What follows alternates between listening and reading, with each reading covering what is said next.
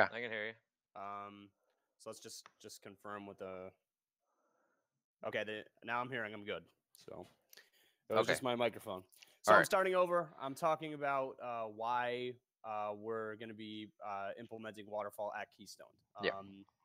So just to start over, we have double elimination right now, which is a very good system for carrying those top seeds to the end of the tournament, which I think is very fair, and I think it does primarily show where you fall in terms of skill. However, the criticism that I have on it, that uh, that I've been talking about in terms of like how we can change a new type of tournament is, can we get more matches that are close? Because with seeding, what we're doing is we're trying to make as many lopsided or uneven matches as possible, where the 1 seed is going against the 10 seed during winners. So in our game, which is very low volatility, we don't so much learn anything from that match other than it's typically a stomping. So you're actually losing your low and mid-level players in the mix because they're not proving themselves against people of equal skill. They're the only way to kind of make a name for yourself under the current format is to somehow kill a giant. And I've actually benefited personally because at both the majors I was at, I was lucky enough to be in a spot in the bracket where I faced a lot of people kind of my level, and I beat my seed twice because I was in a lot of close matches. Um, so kind of what we achieve through Waterfall is we get more close matches. The way that we do that is actually by seeding players into divisions instead of into a total bracket. So if you are a beginning player, you're not being asked any longer to play Boom or Wizzy, or someone who's like has a ton of proven results that definitely moshes people, because what we want to see and reward is that best in class. Why is it a problem if you're not the best in the world? Everyone should have a chance to win and lose in a fair match. So, something we can discuss more as we go is like what actually counts as fair versus unfair. Um, is it actually fair to face someone who's way better than you when you can only sustain 2 losses? So that's kind of the reasoning behind why Waterfall is going to get a chance to be tried. Um, so and we had an initial format for Waterfall that's now been modified. And since Mr. Sir asked, I'm just explaining that the initial way would be to seed people straight into the divisions, um, based on general past performance. So if you have gone to tournaments and you beat most people, and you've made bracket at like SmashCon or something, you might be in Division 2. Whereas if you're a top player, you would be in Division 1. So that way you're in there against your players that are more your level, so less lopsided matches. That doesn't mean they're all going to be out, because there's still going to be significant gaps in skill even within divisions. But it's much more likely, let's say, for someone to play against like a Jimmy Joe and maybe grind out a win than against a Boom. Um, and I'm talking about like a top level D2 player versus a top level D1 player. And where we're modifying it is actually to include a little bit more of the classic point, which this is actually something that was mostly discussed by Pugs. And I think generally it's a pretty good idea for bridging the gap between some of the problems that we might have with Waterfall, where um, you're actually going to go into a placement pool first. So we're going to have a round robin pool by which has the top players and the mid and low players together. And then based on your performance in that, then that puts you into a division rather than a pre-seeded division. So that's the new modification. And what that retains from the old system is that you still have a chance to potentially get that giant killer upset. Hmm. So that's kind of it in a nutshell. Um, and then I guess one thing I should note is that one thing fair about Waterfall is that when you place highly in your division, you move into the next position as a low seed into the next division. So if I'm in Division 3 and I win, I beat everyone else in my division, then I compete against the people in D2. And then if I win D2, I go to D1. So it is totally possible for someone to go all the way in a tournament, just like they can in seeded double elimination in the standard way. Was that pretty clear about how the bracket works? Yeah. No, I think it was pretty clear. And you're saying like this kind of evens the playing field, um, for people kind of new to this game or not that have much skill. So this doesn't put them up against like such a giant like Boom or something and just get totally JV5 or something. Not Um, just a low level, but a mid level player. You that's know, yeah. Boom will beat down someone like me who made the bracket at SmashCon just as hard as he'll beat down someone who just picked up the game. Um, Psh, I took him um, the last stock. Boom sucks. yeah. Uh, But yeah, I am getting kind of tired of playing Boom, so I keep ending up like the 16 seed. um, It's getting old.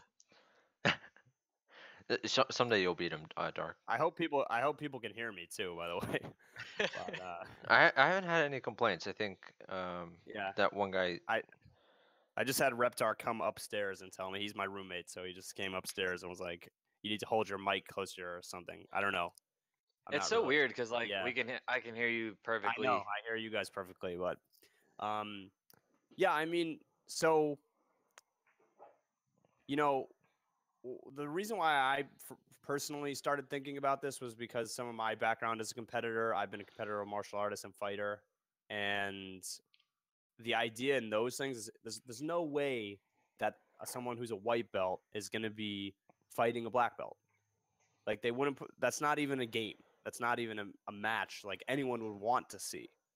And understanding that there's no physical threat of there's no threat of physical injury in Smash, it makes sense that we can try to pit people, but you don't need to Boom does not need to prove that he's going to win those matches. He's done it so many times. And if I'd feel differently if the volatility in the game was just a little bit lower, but I noticed something at SmashCon personally that a lot of people in the game are very defeatist. Like you kind of just, how many times have you guys heard this? You're talking to someone in bracket and you're like, "Oh, how'd you do?" And then they go, "Oh, well, I got, I got Boom and, I took a stock and then, I did pretty okay in the loser bracket. Then I lost, People already know that they're going to lose that match typically. So what this does is it makes it so that you have to win. This inspires a culture of like you're gonna be in a match where feasibly either player could win it. Like, it might be something where it goes to last stock and it'll be like, damn, I could have taken him, and more matches like that, which are the hype matches. Why I think that's important is because it raises the competitive level when you have a more competitive mentality in your culture. So that generally like what we value right now is those big upsets, those definitive wins. But are those really more valuable than just consistent dominance over people in your class? And then you build up into that next class. So basically, there's three divisions. There's Division One, It can be as many as you want, but right? we talk But about it this with is three. like at the beginning. Or I guess like for example, then so the players are then there will be so the new modification, they'll have to like be in these round robin pools and then get seeded in. Right. So the way that it's going to work is we're going to have a round robin pool that has players of all skill that will be seeded. So I mean, like let's say like Wizrobe, then like Dark Horse, and then three unknowns or like three much lower level players. And then the number one person will go to first division. The number two person in the round robin will go to the second division. And then the other three people would go to Division 3. And then once the divisions are decided, the way that it works is Division 3, which has the lowest skill players, goes first. And then the way that we're actually going to be doing this is as another round robin. So if you're in Division 3, you're playing against everyone to get that top score. And just to compare this, like let's say like we had Super Boomed in New York, which I know, Mr. Sir, you were there. I think Dark, you were there for a little bit, right? For doubles No, or something. I didn't go. You weren't there. So at Super Boom, we had round robin pools, which was great, and we had a chance to, which is it's better than typical double elimination pools, I think, because it gives people more games.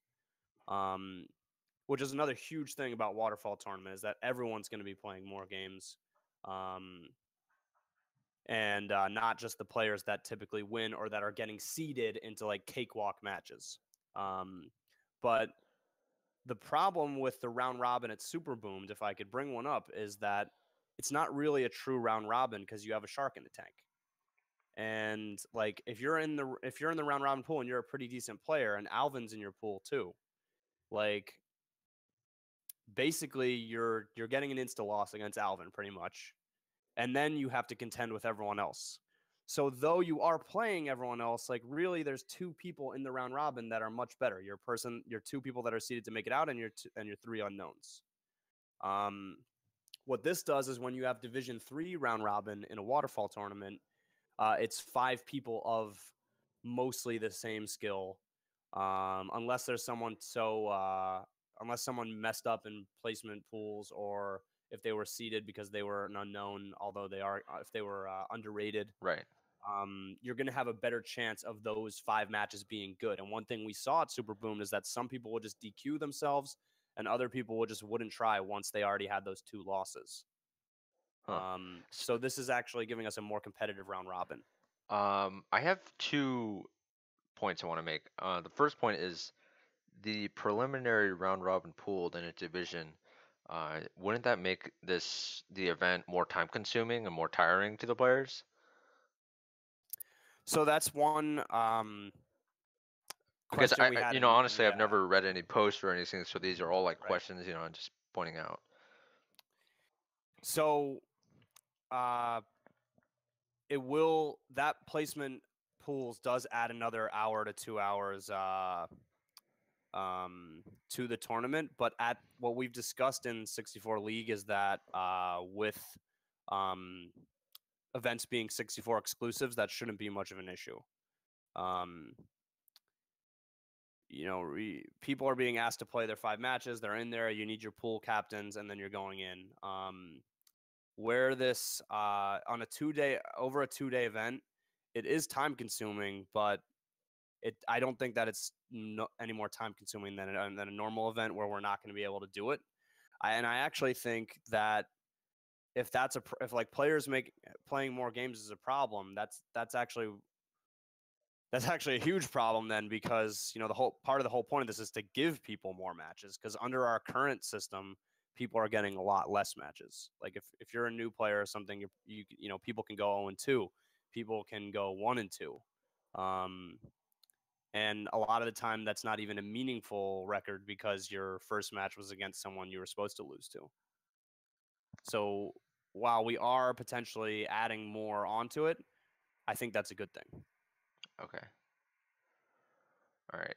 It just seems like I don't know, just a lot more matches.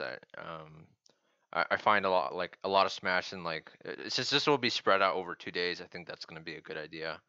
Well, so instead of thinking of it as like a lot more matches, so you have pool play, which you normally do, Right. and so that might be round robin, and then from that pool you get placed into your division. Hmm. Well, if you get placed into the bottom division, you're probably going to play a similar number of games to what you would normally.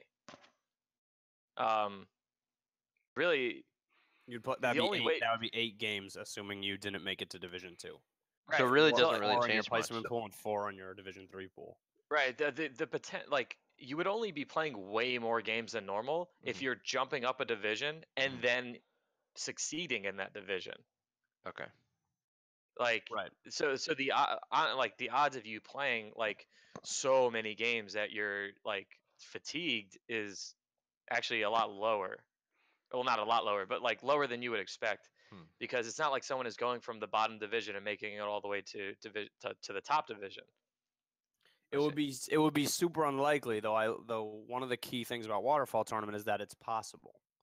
I don't want to Yeah, it is I don't want to physically eliminate possible. the possibility of a hero player like somehow doing it.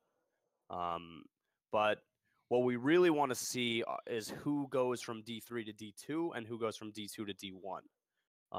I don't think anyone's expecting someone in D3 to win the tournament any more than they normally are at any of our regular events. Like someone who was seeded not to get out of pools making it. You know what I mean? Yeah. That actually isn't changed. It's one thing that people have. I think that is easy not to misunderstand is that it's actually very similar. The only difference is we're removing those matches that are going to make you have an insta loss, pretty much. Okay. And we're also, I also think that a huge benefit of this is that it helps us with the rankings. I see people are asking about that in chat. Let's say like when you guys were discussing like the top 64 rankings, like how do you figure out who between 33 and 32 is better? It's mostly about like who beat who, but they should be playing each other. The people who we have the debates about should be deciding that against someone closely ranked in skill. So it's not just about like beating people at the next level, but if I'm able to beat a bunch of other people at my skill, then that should be valued. So what this does is it shows who moves from that division, like who is going to be the D2 champion, and I think that the community should value that as well. We shouldn't only value the ultra top level, though we should value it more. We're just totally so many results and interesting matches get lost in the shuffle in the current system. And do you think this is if the division formats were used at bigger tournaments? Do you think what I'm trying to say is um, do you think we'll have preliminary round robin pools at like huge tournaments? So Because this is just a regional. yeah, personally, I don't think we would need them. I think that we're gonna see through doing them how useful they are. But I am interested in using them so that people still get what they're used to from these matches. I think that's good. Uh, the thing is, and this is something that's been brought up, is like let's say you're super underrated, but you were seeded into Division 3. If you're really underrated, you shouldn't have a problem beating those players. And then from then on, the next time people are seeding, they look at you and they say, "This guy made it. This guy crushed his pool in D3, and now he's here in D2. Maybe you crush it in D2. You'll definitely be there. This shows definitively where you belong." Right.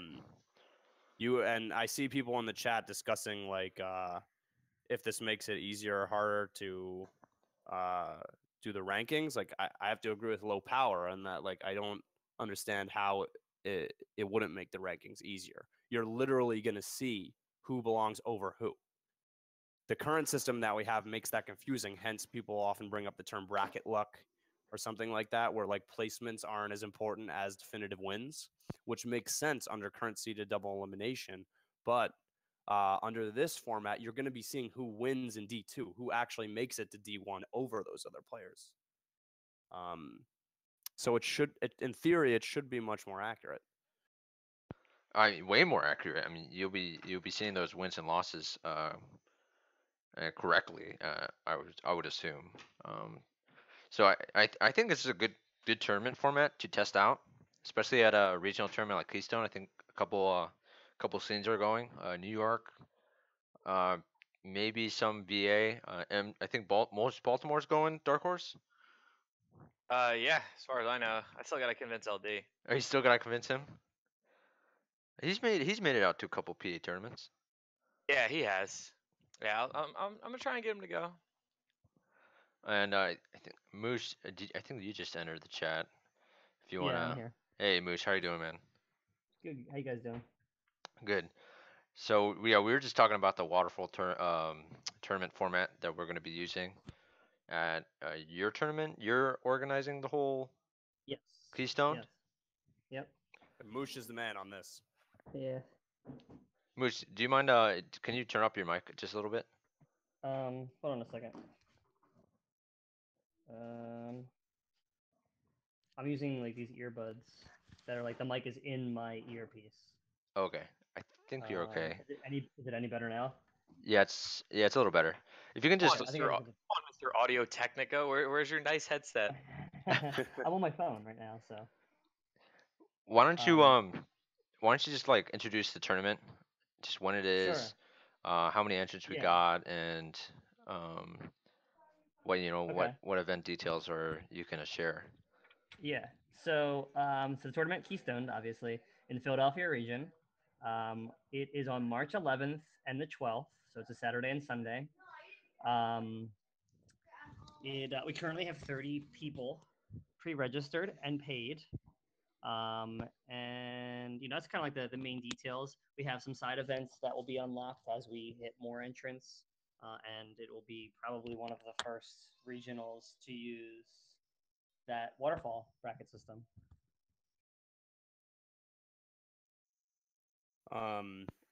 And I imagine you're trying to fly out some players. Yes. Oh yeah. Sorry, I'm a little distracted here. I got That's all right. my cats and my family and my kids. Unforgivable.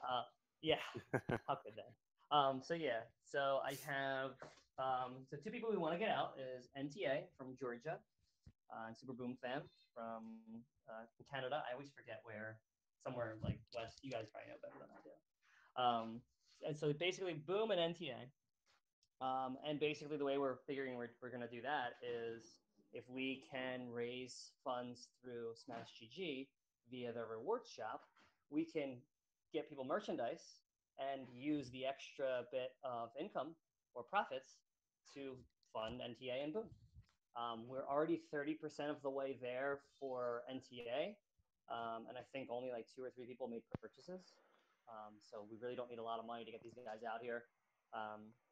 We're talking not like $1,000 tops. That's kind of like overshooting for things. We could probably make do with a little less than that. And I also plan on contributing as well myself by taking some of the venue fee, the money that we'll make from the venue. Any profit that we see beyond 50 entrants, 100% of that goes into the I guess you can say into the bonuses or the rewards. Yeah, that's sick. All right, I like the reward shop. It just makes things way easier. Yeah, I mean the way Smash GG does it, it's really easy and simple, and I feel like it makes things pop out in a way that it's like, oh wow, I want to get that shirt. It looks so cool. When like all it is just like a design and put on a shirt, or a design on a logo on a hoodie. Yeah, way to sell it. Yeah. Right.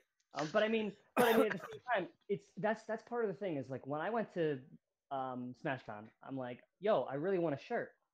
Like something about having a shirt that's my one way to remember the event, and I feel like that's kind of key to, especially when you have a big event, you want to make it memorable. So waterfall bracket, that's something huge. It's something never really been done before. And if you want a way to remember, get some merchandise so that way you can wear it every day. You're like, yeah, I remember Keystone was a great time, and people will wear the shirt if they liked the event. Oh yeah, I mean, just look. It's easy to go to any tournament now and look at all the pictures afterwards at the number of people wearing G3 stuff. Right. Yeah. Not to mention, there's that sweet hot pink color you can get, so you can look really hip. You get them for your girlfriend too. Yeah. Well, I mean that too. I'm getting the pink for myself, but Yeah. Well, the G3 shirt is a collector's item now. If you have the misspelled Oh yeah, the misspelled the misprint. ripped her name. So it's Reptor and Lord Nawal. yeah. Oh So my God. Reptar, New York Reptar lives here downstairs in my apartment. So we like to say that that was a sign from the Smash Gods that the true Reptar is in New York. Yeah, Oh, I wonder Reptor. how much this will go for in the controller market, right? If you guys didn't know, the we had a G3 shirt. You designed it, right, Dark Horse? Yeah, it was like based on the 64 one from like a year or two before. Right. And it just had every one of the 64 entrants on the back of the shirt, all the names, and for some reason I think T-Print or they Yeah, Teespring. Teespring Teespring. they misprinted it, or it was just a design error, or just what They happened. they straight up misprinted it. It made no sense. But So yeah, they misspelled like three names. It yeah. was Lord Narwhal, Reptar, and I forget the third one. Oh, Lorenzo. Oh, they spelled Naruto wrong.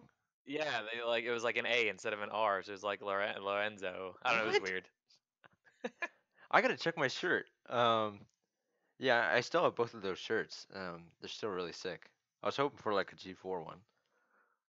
Yeah, I don't know, it just wasn't as hype, and I was super busy, so I didn't make anything. I would have registered just so I can get my name on there. Maybe when we get SmashCon, we get like Wario versus Alvin Oh yeah, versus Isaiah. We'll have something for that. yeah, that's gonna be sick. Yeah, so We probably won't have those matches because all these scrubs are gonna upset those guys, and then it'll be You mean wait? You mean it'll be Alvin's just gonna get upset by Japanese Yoshis? yeah, or maybe Alvin might get upset by Reptor. That's true. He might. Um, I wanted to jump back on Waterfall. I mean, yeah, go ahead. especially with Dark Horse. I mean, what are your thoughts on this? I mean, I'm all for it. I think it's more interesting. I like the idea of playing in a division is cool. Because then when it's all over, you get to crown like 3 champions. Yeah, 3 champions. That's big. So like even if you're done on Saturday or whatever, you could still say like you were the D2 champion, and that's pretty cool. Um, it also seeing people play more matches against people on their level makes things like seeding and stuff for other tournaments easier, in my opinion. Hmm. Because very often there are a lot of people that are close, so it's nice to have more matchups. Does Because this like eliminate amateur bracket? this, Uh, it It This kind of makes does. this kinda actually does. implements an amateur bracket that has stakes. So Yeah. like for example, like at Super Booms, we had a lot of people not even show up for amateur bracket. You can think of the Division 3 as sort of like an amateur bracket, except with the chance to actually move on and up. Yeah, amateur bracket's kind of built in with this. That's what I was thinking. So, um, it's just kind of set aside. Yeah, I mean it's not that even that it's set aside. Amateur bracket is built into Waterfall. It is Division 3. You have the So- chance to go from being an amateur to being a Division 2 player. Like In this tournament, yeah. Division 1 and 2 represent, or in my opinion should represent, the players that would make it out of pools. Or that are seeded to Right. make it out of pools, kind of. So Division 3 that's your amateur bracket, so it's kind of cool. Right. Um, So Yeah, I like with that. that in mind, then, with that in mind, would it make sense? And I know everyone's talking about Waterfall version 1 and 2. Would it make sense to not even do like you need qualifiers a qualifying round robin round, and then seed people into Division 1, 2, and 3? Would it make sense that be the only way to do it, or is there still a benefit Well- of doing it without that? Well, I mean, the people want that because they're just so worried that they're going to get put into the wrong division. They're like, oh, it's Right. not going to be accurate, wah, wah, wah. But that's how seeding works at every tournament. And then you either meet your seed, you beat it, or you underperform. So, like, that's still going to happen. So, even if you don't have your qualifier round robin, which, like, yeah, I think it's a good idea to have it, but you don't always have that much time to run a tournament. Right. But if you even without it, okay, let's say I get put into Division 3 and I'm like, oh, what the hell, I should be in Division 2. Well, then I should win Division 3. And if I don't, then I You guess should I win it shouldn't with have been no there. problem. And if you Right. don't, then that's where you belong. But And if I get put yeah. into Division, if let's say I get put into Division 1 and it's like, what the hell is he doing there? He should be in Division 2. And okay, I understand that being annoying, but then I'm going to get stomped and I'm going to go 0-2, and then I'll never be there again. There's Like, going to it's- be high-level players in D1 that go 0-2. I Yep. actually think that is the toughest position to be in Waterfall. The bottom of the D1. bottom of D1. Yeah. Especially without if we did it with the placement pools. One thing I like about the placement pools is that those players are still going to be winning a pool going into D1, but people have to go down. This makes people go down, and this makes it much more competitive because what we actually have a built-in defense mechanism with seeded double elimination about competitiveness, where if you make your seed, you're losing to the people that you're supposed to lose to, and you're winning against the people you're supposed to win against, and you're getting matches that do both.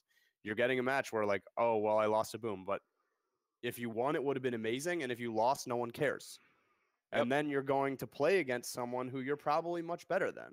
And there are limited matches that are that close. You generally get like one match against someone that's really on your level, maybe two. Right. The You get first two. time you're in losers, and then if you, yeah. You're generally your last match is someone that's closest to you, and then the match you play like right before the match where you're just gonna get stomped. Sometimes you play someone close to you, but like it's usually your last match. That's your closest matchup, like most Right. even. Yeah. But why only have one of those when it could be more? Yeah. But I think that where it will be interesting for this community is, are people interested in it being more competitive, where you no longer have that self-defense mechanism of saying I got beat by people I was supposed to lose to. Now you're going to be losing to people who you could feasibly beat. It gives people a chance to prove themselves, a better chance to prove themselves. Yeah. I'm not saying a chance, but a better one than double elimination. Yeah, like you prove yourself on a lower scale. It's not like, oh, he proved himself. He beat this crazy good player. It's like, no, he beat these people that are all around his skill level. So it's a different level of proving yourself, but it's still the same like concept. You're proving yourself not on a lower level, but on your level. Yeah. And you're where you're supposed to be. And then when you have won, like let's say someone wins Division 2 but goes 0-2 in Division 1 at Keystoned. The next tournament that they're doing like that, they're either going to be like a low, depending on who's there, like a low seed Division 1 or a very high seed Division 2. They proved it. They proved it definitively with those results. But someone else, like for this to work, someone else is going to have to go down. That person who made it up into D1 should possibly get that status over a known player who went 0-2 in D1. Yeah, and I think one of the biggest issues here is deciding where the cutoff point is for the divisions. I think that's going to be the hardest part. But it's just something that is inherent about any sort of competition, any sort of bracket. Like the difference between some seeds is huge. Like it's like, oh, if I was one seed higher, one seed lower, I would have had to play these people instead of the person I ended up playing. And maybe that was like much easier and much harder for you, but that's just the way it goes sometimes. But there's a great built-in system for that makes that issue less harsh, which is that if you miss the cutoff, then you're just a high seed in that other division. Right. And really, which one is preferable? Like having like that D1 status where you're a low seed and you stand a great chance of losing your matches, or having that high status of D2 where you would probably be expected to win those matches. Yeah, I mean it's so big fish, small pond, or the person who misses the cutoff isn't really getting screwed over. Yeah, I mean they feel like they do, but it's just not that big of a deal. It's not as big of a deal as people are making it out to be. Well, when you're talking about a word that I hear a lot is floating, and I think that where that's missing the point is that people are thinking of the typical rankings, like you're saying, like, oh, this person's auto top 16 or something like that, but they're not thinking about like who's going to be D1 champion, D3 champion. That person's going to be auto top 16 in like a list ranking, but that being the case, especially with placement pool, they earn that through their pool and their past performance. So I feel like it's pretty watertight, no pun intended, in terms of the security of the seating. At least I feel very confident that it's better than what we currently do. Yeah, no, that I agree with. I think it's just better. And I'm just looking at a little note here I had about like criticisms that I wanted to discuss. So I Go ahead. actually am curious on getting your guys' take on this. Like, what how one thing I hear a lot about is like about fatigue and like playing more games and like if people are if people are playing like someone is going automatically to D1, they might be fresh when the other person is playing through to D2. And like how much do we think like fatigue has an element to like make a factor here? I mean, you could also argue that that person is less warmed up. You could Like argue that, yeah, exactly. it The, goes the, both ways. It depends on the player. Someone that's going to get more fatigued, well, they're going to need to take steps to wake themselves up, rest, eat, whatever. And the person that is getting the buy is going to have to take steps to make sure they're warmed up. Like you have to compensate for your position. Like I don't know how to say it other than like deal with it. Right. Well, I mean, I think that there's a difference between like what's objective and what is subjective. And objectively, we have a lot of players that are just getting demolished from the system that we have right now in matches that they're not expected to win. Fatigue is something that's subjective. So while I won't say that it isn't a factor, I think that it's just as real a factor as momentum, like you said. Someone who's winning in through D2 is coming into D1 with momentum versus someone who's going in cold. And those kind of balance out, in my opinion. yeah, I mean, compare it to like playoffs in like a actual like a physical sport. If you watch football or hockey, even usually they say that the team that's losing, the team that's playing more games, is going to be gonna have momentum, and that's definitely going to help. So the person coming from D3 all the way to D2, all the way to D1, I feel like they're going to be on fire. They should really be. They might be the person to make somebody go 0-2 in the D1. Yeah, that's something that people have a really hard time deciding about the NFL playoffs, since like there are teams that get a bye. Like, is it Yeah, better to get the bye and rest, or is it better to keep playing and like have some right. momentum? So it Beat totally Right. goes want to both get a ways. little taste for blood. Hmm. Either Um, way, the 1 and 2 seeds still play the last two seeds, so it's like they're playing. It'd be like in that way. The way I look at it like that is like Boom playing a bottom seed player. In football, it's a lot. The skill gap is not as drastic, but it's still some of those teams in the NFL right now, they don't like. Uh, yeah. Rest in peace, it's Cleveland. amazing how like something like the Browns or something like that, which is like a group of like super athletes, like can't grind it out. Uh-huh. But Or like football is a high volatility game. Yeah, yep. Smash is a super low volatility game. 64 anyway. 64 anyway. Now, if we start playing one stock, then it's different.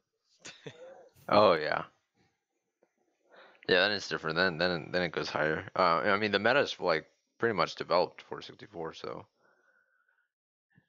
not Yeah, much. I mean, it's not to get into like stock count discussion or something, but this, I think that Waterfall will make the game more exciting on every level when people are more often going into like do or die situations. Yeah, So no, I totally agree. It makes the whole scenario more exciting because like people are on the verge of advancing to the next division, and it's cooler. I just like it better for there's storylines and more it's stakes every level, not just top level. yeah, super super awesome. Anyone that disagrees is just wrong. Well, I mean, I want I am considering like different criticisms on it. I think that what it comes down to, and I think this is the core issue, and we discussed this a little bit earlier. But is it fair that you play against that top level player in the beginning? Let's say you're in pools with them. Like, is it I fair? Is it fair to play Alvin? I would say it's fair if that was the expectation before you went. If it's a double elimination bracket and that's the way seeding works, then it's fair. Is it something that everybody agrees with, that they like it or not. That's the question. Like some people want the opportunity. Some people are like, no, I want a better chance to play somebody closer to my level. But technically, I would say it has to be fair. That's what the expectations were set. Double elimination brackets work like that. Yeah, I So mean, it's yeah. fair in the sense that the results should match, like should be as close to the seeding as possible. Yeah. Like in that sense, it is fair. Like, is it fair that one person plays against someone that is so much better than them? Like, you could say, no, it's not fair. They should play someone that they could beat. I don't know, Well, I'm whatever. saying when you only get 2 losses. Yeah, Let me just bring an example of like my pool at Super Boomed versus like someone who was in Alvin's pool. I faced Shimon was the 1 seed and I was the 2 seed. We occupied the very middle of the bracket, like the 18 and 19 seeds of the whole tournament. So my pool didn't have a a death machine in it, and I defeated Shimon. That is what is similar to a waterfall situation where he had past results on me, but not a ton. And that was 2 players of pretty even skill. Um, but other people had Alvin in their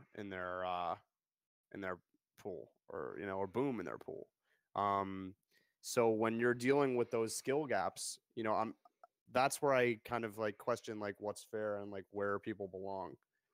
Um, like it's fair to the like Alvin who could potentially come in first. But like let's say it wasn't Smash. Let's say you were boxing in like some type of fighting tournament. Like would it be fair to go against like the killer first? And I mean, it's obviously a different scenario like I said when like no one's getting hurt in here, but that's kind of the problem when people want that loss. They want to play Alvin, they want to get bodied, you know.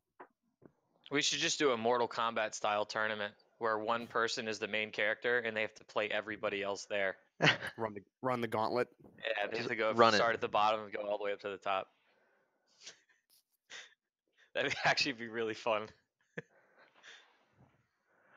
The you mentioned this before. I think it would be more exciting to watch these divisions play out each other at the same skill level. I mean, we just want more situations. Like I remember jumping on the stream when I was watching you play, Mr. Sir, at Shine, and there was just like a big crowd behind you, and like uh, I forget who it was you were playing, like Oh, a Yoshi Sunflower. player, Sunflower, Sunflower yeah. or something. Like think about how much hype there was at that. That's not like 2 players that you typically see in like grand finals at a major, but we want more really tight matches like that. That's my opinion. That's fair. That's a good point, actually. Um, yeah, I would like to see more players at their same skill level instead of one getting bodied and then getting posted on Reddit. Yeah. This Um, is this kind of paves the way for majors and other Smash communities, other the FGC in general. The double elimination bracket is really flawed for fighting games for like competition. Like I get it for like a weekly, I get it for maybe some monthlies, but like when you get to a high level of play and you have a lot of people, it's really not that fair. And it's the viewability. I mean, like the viewership isn't really engaged, like you're saying. Like they want that really close matchup. They want the really close skill level players because it's more entertaining to watch. When you watch two people, yeah, when you watch like two like high level play, it's its own thing. But when you're watching like a top player just go through and just beat a bunch of scrubs, I mean that's can only be entertaining for so long. But if yeah, the other Well, no, communities will look sorry, at what we're doing, other communities can see the things that we're doing in Smash 64, and they should be able to take from this. Like this isn't mm. just going to benefit Smash 64. This is actually, in my opinion, really huge. Right. I agree. Like Yeah. whenever Like, I see a high level player come on, it's like, oh, he's gonna win, and then I just kind of don't really watch. Like that Zant versus Dogs Johnson at BB2 was really good. For example, another example. I was thinking of A to the Z, like Andykins versus I forget who it was, but there was a Pikachu player he played at Shine too, and I was watching, and like that was really close too. Um, Sorry we'd to cut you obviously off, just Dark. yeah. oh, No, I was gonna say, could you imagine if, Melee at Genesis was split into, it's 3 days for singles, and day one was Division 3, and day two was Division 2, and then and then like up to top 8. Like, so like it could just be That would be like, I don't hype. know, yeah, it could just be more exciting, and then Yeah. like, yeah, it's a 3-day event for the people that are only doing singles and are in Division 3, but like they're not probably not going to make it much further. So you'd have to figure out scheduling and everything, like how you Yeah. want to I make it mean, work. But you can still do doing it pack over events. like it's something that big with that Uh-huh. many people, doing it over 3 days with this waterfall style is, I think, pretty reasonable. Yeah. For that large And of a tournament, especially. yeah, It But you could opens up. still Yeah, go do. ahead. Sorry, Moosh. No, I was just gonna say real quick. You could still do double in brackets for doubles. Doubles can still run, kind of yeah, when you do. And side events can be still done however they normally do them. But like the main event is waterfall. And this opens up one thing we haven't discussed yet: the possibility for certain types of unique side events. Um, One that we want to do at Keystoned, if we're able to get boomed out, is the bounty bonus, where if you're in D2 or D3, while D1 players aren't going till potentially the next day, every player will have a chance to play a set against Boom and can win $100, which is an event I'm personally sponsoring. That's awesome. So we're if gonna they be. if they take a set or a game. Um, I haven't decided the exact rules. Like, I might even be comfortable like doing it if it's a game, like for a D3 player, and a set if it's D2. But I I know Boom is in for it, and if he doesn't lose, then he gets to keep the 100. So that's another incentive for him. Oh, I'm gonna okay. I'm gonna challenge Boom's Pikachu and prove to all of you that Pikachu sucks. Yeah. Dude, So Dark yeah. Horse, you almost beat him in Falcon Dittos that in Genesis. Yeah, Maybe game one. SD'd. It was awesome. You had that. That was so dumb. Nah, Pikachu's easy. Everyone needs to learn. I'm trying. I'm just gonna beat Boom. Everyone needs to learn that matchup. No You know, banning. it's yeah. No, people are like, oh man, Pikachu, I hate him so much. And I thought about it, and ever since ever since Genesis 3, I only played 2 Pikachus in bracket. One was at Pound, it was Rusty, and the other one was Paco at G4. Really? Like I never play Pika in bracket. Pools like occasionally, but never in bracket. I was trying to think. Yeah, well, you've been in more Heroes. tournament. You've been in more tournaments than most people, And so then that's pretty funny. I don't think I yeah. played. I only played. It's funny. I think I only played one Pikachu at Kansai. I played mostly Yoshis. I had like 4 Yoshis. It was Well, crazy. see, that actually just brings up something I think that's good about Waterfall too for character diversity is that like while you don't have as many players who with mid-level and low-level might be going grand finals, it'd be more feasible that you have like more D2 champions like at that skill level where like a high skill player with a low tier character could get rewards too. That's a good point. Like, I mean, I feel that like I use a mid tier character, um, and though we've seen like Wangera pushing the boundary on Jigglypuff or something, or like Isaiah, you know, I think it was like only me, CTG, and Wangera that were like Jigglypuffs in top 64 at SmashCon. So it's like I think there's a certain ceiling where it's tough at a certain skill level to use your mid level characters, but it's more feasible when you can have something else to win, and people are going to be noticing that more. So I I think I don't think it actually does would have done bad better things. if I'd Yeah. gone Jigglypuff. Next time.